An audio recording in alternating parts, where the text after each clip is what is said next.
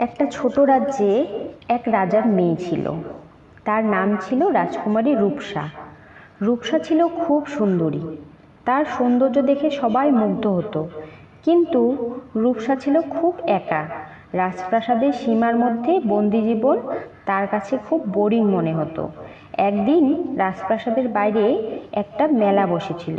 রাজকুমারী রূপসা মেলায় যাওয়ার জন্য ইচ্ছে প্রকাশ করলেন। রাজা রাজি হলেন, কিন্তু সাথে প্রচুর পাহারা দিলেন। রাজকুমারী মেলায় ঘুরতে ঘুরতে গ্রামের বিভিন্ন রকমের জিনিস দেখছিলেন। সেই সময় রূপসার সাথে দেখা হলো গ্রামের এক সাধারণ ছেলে। তার নাম ছিল রাজু। রাজু ছিল একজন সাধারণ কৃষক ঘরের ছেলে, কিন্তু তার চোখে ছিল বুদ্ধিমত্তা আর মনের গভীরে ছিল সৎসাহস। রাজু রাজকুমারীর কাছে এসে বিনম্রভাবে প্রণাম করল।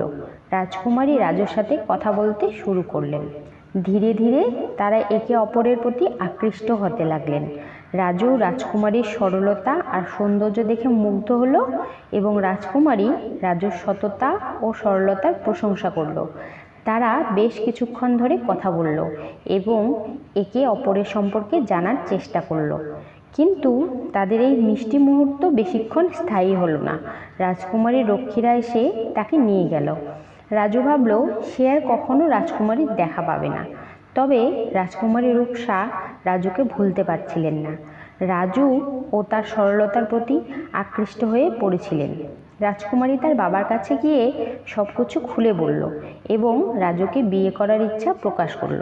প্রথমে রাজা রাগান্বিত হলেন, কিন্তু পরে রাজকুমারীর অনুরোধে রাজি হলেন।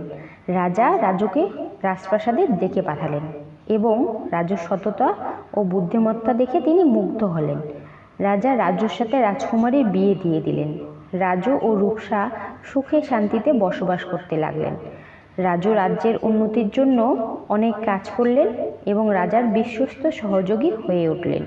এভাবেই একজন সাধারণ গ্রামের ছেলে রাজু রাজকুমারীর প্রেমে পড়ে রাজপুত্র হয়ে উঠল এবং তাদের জীবন হয়ে উঠল সুখী ও সমৃদ্ধ।